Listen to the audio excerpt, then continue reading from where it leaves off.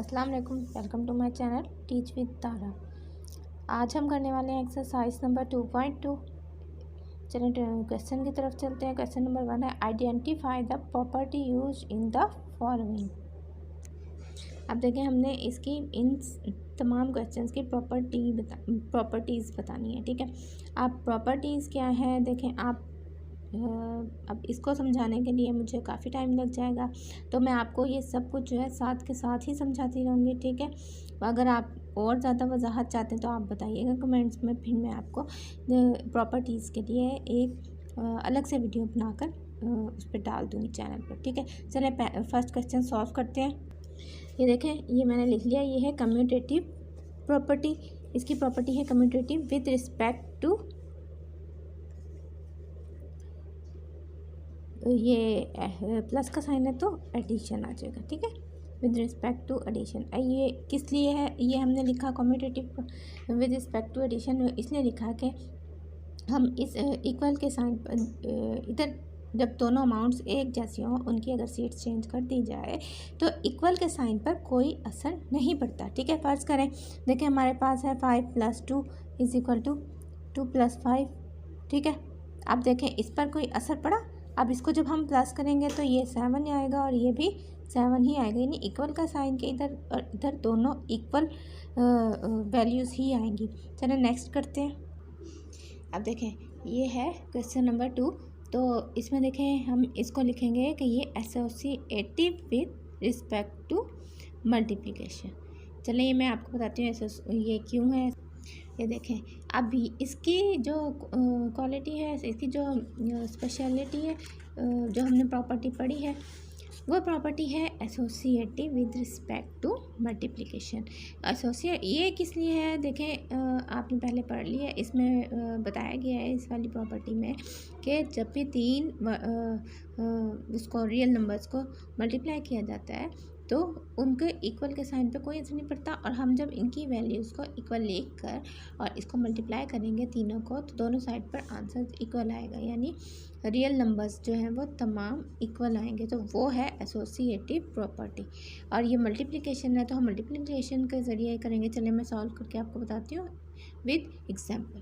अब देखें, फर्स्ट का ये 2 है, ये 3 और 2 × 3 × 1 कर लें। चलें, अच्छा अब देखें यहाँ पे a की वैल्यू क्या है, 2 × × 3 × 1।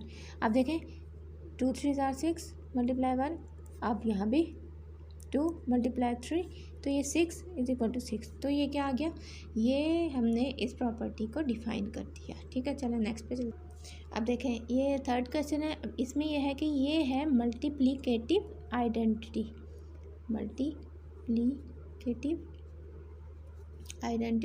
अब ये क्या होता है, इसमें ये बताया गया था कि जब भी हम इसको मल्टीप्लाई करेंगे हमेशा 1 से मल्टीप्लाई करेंगे। ठीक है, 1 से मल्टीप्लाई करेंगे और 1 से मल्टीप्लाई करके क्या आंसर आएगा, तो यही आंसर आना है ना, इसी तरीके से आना है। मल्टीप्लिकेटिव आइडेंटिटी कहते हैं कि दोनों साइड पर मल्टीप्लाई करें, जिस भी नंबर से करें, और वो होगा नंबर क्या, 1, तो वो क्या आएगा, आंसर सेम ही आएगा। इसको समझने के लिए देखें, अगर यहाँ पर उन्होंने 7 × 1 किया तो वो 7 के इक्वल आ गया। तो अब देखें यहाँ पे मैं आपको समझा देती हूँ, 10 × 1 कर लें तो क्या आएगा, 10 ही आएगा ना। तो बोथ साइड्स क्या हो गई, = 10। अब यहाँ पे आप मल्टीप्लाई करके लिखें या आप यहाँ 10 लिख के इसको कर दें इस तरीके से, 10 × 1, तो एक ही आंसर आना है। ठीक है, ये हो गया मल्टीप्लिकेटिव आइडेंटिटी। नेक्स्ट हम 4 की तरफ आ जाते हैं, नंबर 4 लिखते हैं। अब देखिए, इसमें एक ये बात भी है कि 1 एक ऐसा रियल नंबर है, यानी 1 सब रियल नंबर्स में 1 सिर्फ ऐसा रियल नंबर है जिसको आप किसी भी वैल्यू से जब मल्टीप्लाई करते हैं तो क्या आता है, वो वैल्यू उसी के उसी तरीके से लिखी जाती है, उसी को हम मल्टीप्लिकेटिव आइडेंटिटी कहते हैं। अब देखें, ये मैंने 4th क्वेश्चन लिख लिया। अब 4th क्वेश्चन लिखने के बाद अब हम बताएंगे इसकी प्रॉपर्टी क्या है। अब देखें, इसको आपको याद करना बहुत इजी हो जाएगा। अब देखें, ये है ट्राइकोटोमी प्रॉपर्टी। क्या है ये, ट्राइकोटोमी प्रॉपर्टी। इसको हम किस तरीके से एक्सप्लेन करेंगे। मैं आपको बताती हूँ, पहले मैं लिख लूँ। ट्राइकोटोमी प्रॉपर्टी इसलिए हमने इसको कहा है कि इसमें एक्सप्लेन किया गया था कि तीन वैल्यूज़ के दरमियान तीन रिलेशंस बन सकते हैं। क्या कौन कौन से रिलेशन बन सकते हैं? ट्राइकोटोमी इसीलिए कहा है कि तीन वैल्यूज़ हैं, देखें, और तीनों के दरमियान रिलेशन है। क्या है? या तो ग्रेटर का है, या इक्वल का है, या स्मॉलर का है। तो ये प्रॉपर्टी क्या कहलाती है? Trichotomy property. नंबर 5 की तरफ आ जाते हैं। अब देखें, ये है commutative with respect to multiplication.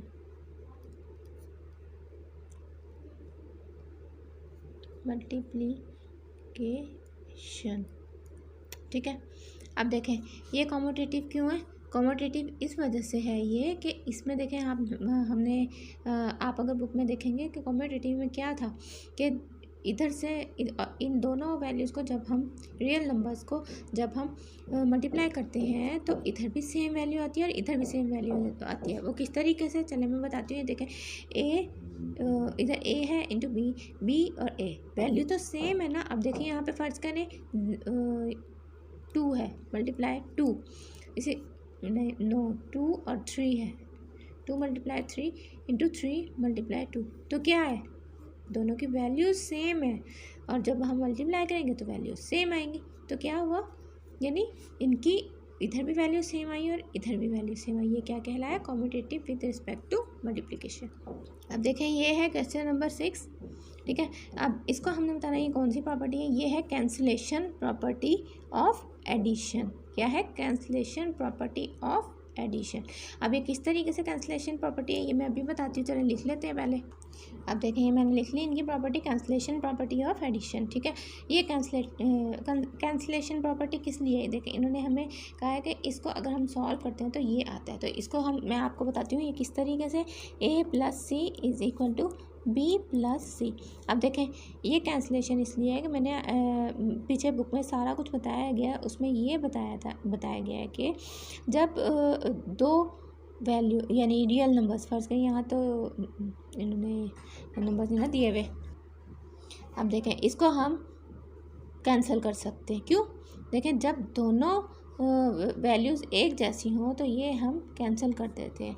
ये कहलाती है कैंसिलेशन प्रॉपर्टी। तो ये इक्वल हो जाएगा a = b के। तो क्या आ गया? जब हमने इसको सॉल्व किया तो हमारे पास ये आंसर आ गया। तो ये क्या बना? Cancellation property. और ये कैंसिल कैसे हुआ? आप रूल जानते हैं, दोनों इक्वल हैं तो या तो ये इधर चला जाएगा या ये वाला c इधर आ जाएगा और दोनों कैंसिल हो जाएंगे। ठीक है ना, प्लस माइनस कैंसिल ही हो जाते हैं। अब देखें, ये क्या है? ये तो बहुत ईजी है, एडिटिव इन्वर्स। ठीक है, इसको हम कहते हैं एडिटिव इन्वर्स। अब एडिटिव इन्वर्स क्या होता है आप जानते हैं, +5 है तो +5 का एडिटिव इन्वर्स क्या होगा? 5 ही होगा ना। तो इसका तो बताने की ज़्यादा ज़रूरत ही नहीं कि एडिटिव इन्वर्स क्या होता है। अगर +5 है हमारे पास तो उसका जब हम लिखेंगे एडिटिव इन्वर्स तो वो हो जाएगा -5। तो इसको जब हम सॉल्व करेंगे तो 0 के इक्वल आ जाएगा। ठीक है, ये हो। अब देखें, ये है 7 × 1/7। अब ये है मल्टीप्लिकेटिव इन्वर्स। ये मल्टीप्लिकेटिव इन्वर्स किस लिए है? देखें, 7 का मल्टीप्लिकेट ये 1/7 जो है वो 7 का क्या है? इन्वर्स है। इन्वर्स किस तरीके से? मल्टीप्लिकेटिव इन्वर्स इसी वैल्यू को कहा जाता है कि जब इन दोनों को मल्टीप्लाई किया जाए 7 × 1/7 को तो क्या आंसर आए? 1 आए। तो ये क्या बन जाता है? ये वाली इसकी प्रॉपर्टीज़ क्या बन जाती है? Multiplicative inverse. अब नंबर 7 पर आ जाए। अब देखें, ये जो है ये मैंने लिख लिया। अब ये है मल्टीप्लिकेटिव प्रॉपर्टी। मल्टीप्लिकेटिव प्रॉपर्टी लिखती हूँ, बताती हूँ ये क्यों है मल्टीप्लिकेटिव प्रॉपर्टी।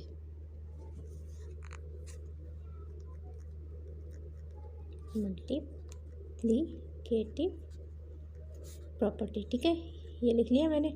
अब ये इसलिए है मल्टीप्लिकेटिव प्रॉपर्टी क्योंकि देखें, अगर a is greater then b, यानी अगर a जो है वो b से बड़ा हो तो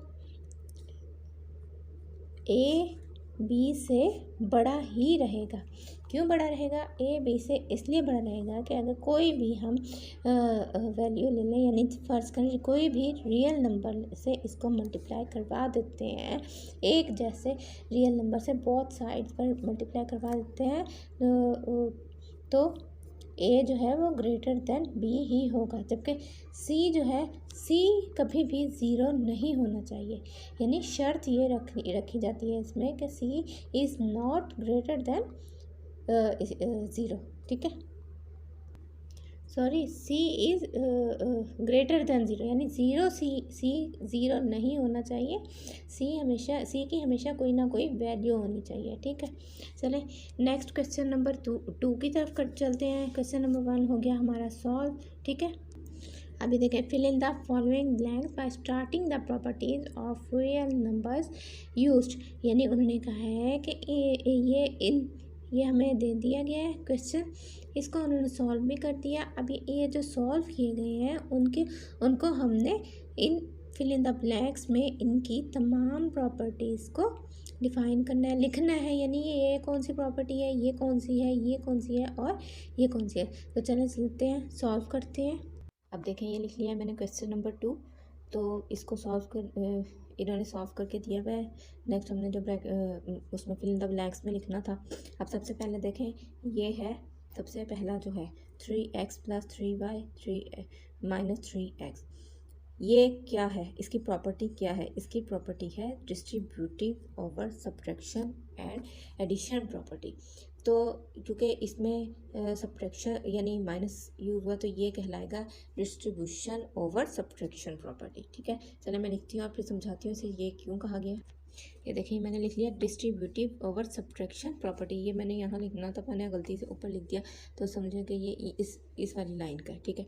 ये मैंने लाइन डाल दी। अब इसको ये डिस्ट्रीब्यूटिव हमने ये क्यों कहा है, क्योंकि देखें इसका ये रूल है कि जो भी वर्ड होगा उसको हम इन दोनों से बारी बारी मल्टीप्लाई करेंगे, ठीक है। जब इन दोनों से हम मल्टीप्लाई करेंगे इक्वली उसमें, तो चलिए मैं सॉल्व करके दिखाती हूँ आपको, तभी ये ज़्यादा इजीली समझ आ जाएगा। आप देखें, फर्ज करें 2 × 3 - 1, ठीक है।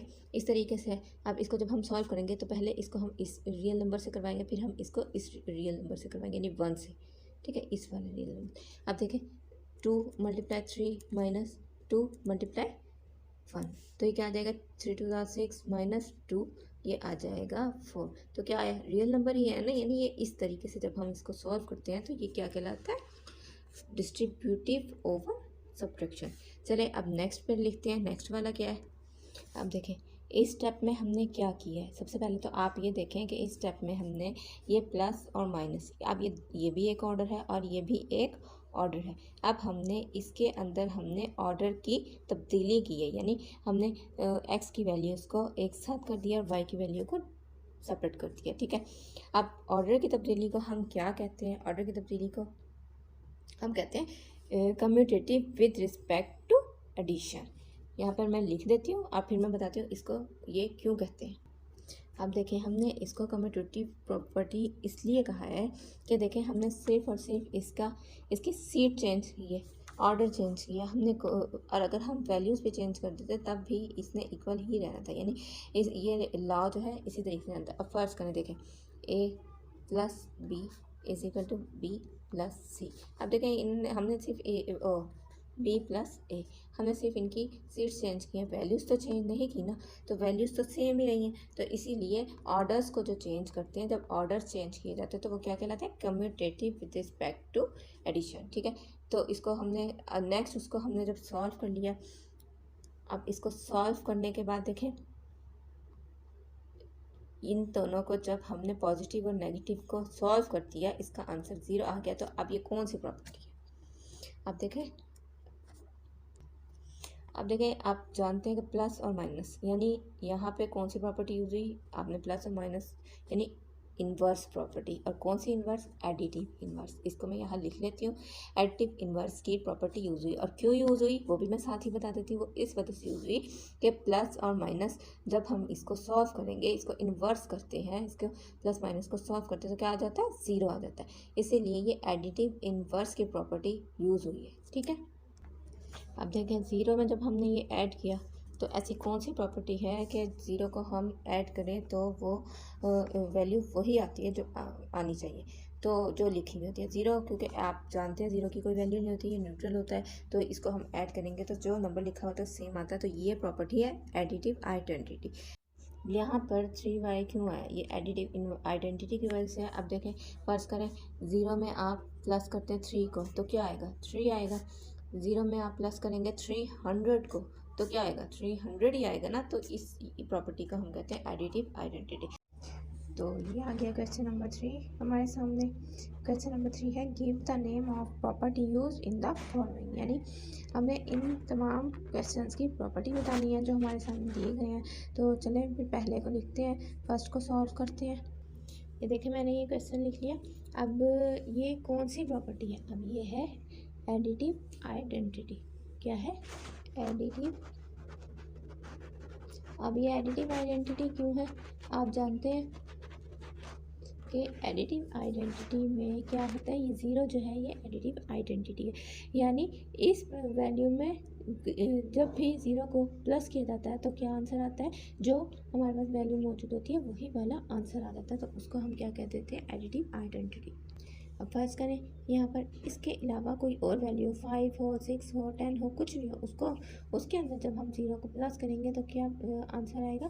फर्ज करें ये देखें 6 के अंदर प्लस करेंगे 0 को तो क्या आ जाएगा, 6 आंसर आ जाएगा ना। तो ये 0 जो है वो क्या है, एडिटिव आइडेंटिटी। चलें ये वाला क्वेश्चन सॉल्व करते हैं, नंबर 2 3 का पार्ट नंबर 2।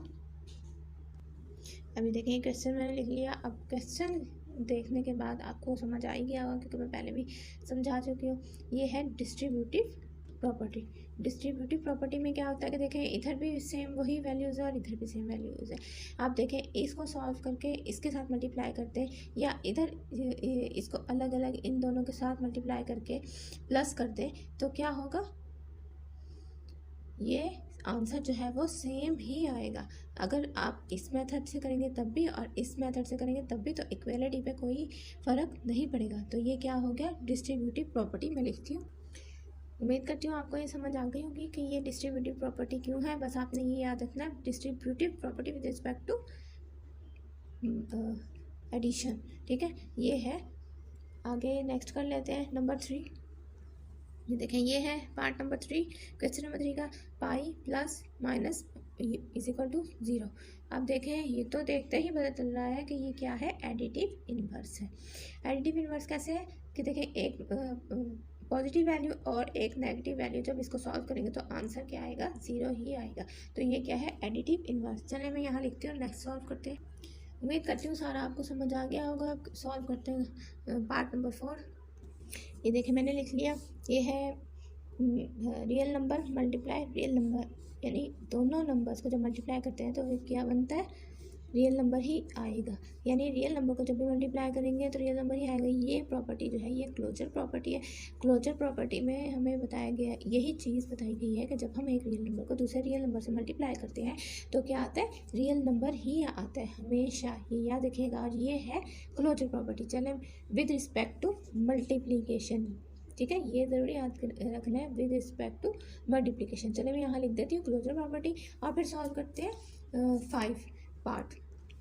अब देखें ये तो था क्लोजर प्रॉपर्टी, ये लिखिए। अब ये देखें ये तो सो सिंपल। अब देखें ये क्या है, -5/8 मल्टीप्लाई -8, यानी ये क्या है, ये कौन सी प्रॉपर्टी है, मल्टीप्लिकेटिव इन्वर्स, यानी मल्टीप्लिकेटिव इन्वर्स। मल्टीप्लिकेटिव इन्वर्स क्यों है, चलिए पहले मैं लिखती हूँ फिर मैं आपको बताती हूँ।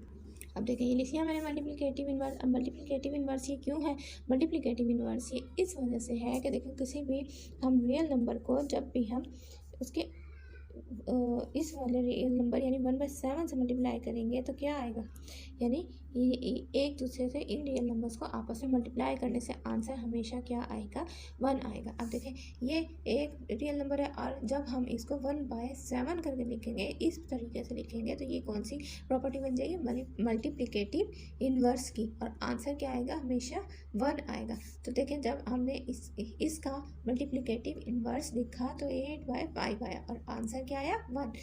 ठीक है, ये हो गया, ये अब तमाम एक्सरसाइज हो गई सॉल्व। ठीक है, हमने आज ये वाली एक्सरसाइज सारी की सारी सॉल्व कर लिया। अब उम्मीद करती हूँ आपको सब कुछ समझ आ गया होगा अच्छे तरीके से। अगर आपको किसी चीज़ की समझ नहीं आई कमेंट्स में बताइए, और अगर आप इन तमाम प्रॉपर्टीज़ को वाज़ेह अंदाज में समझना चाहते हैं तो भी मुझे बताइए कमेंट्स में। Please like subscribe to my channel and अल्लाह हाफिज़।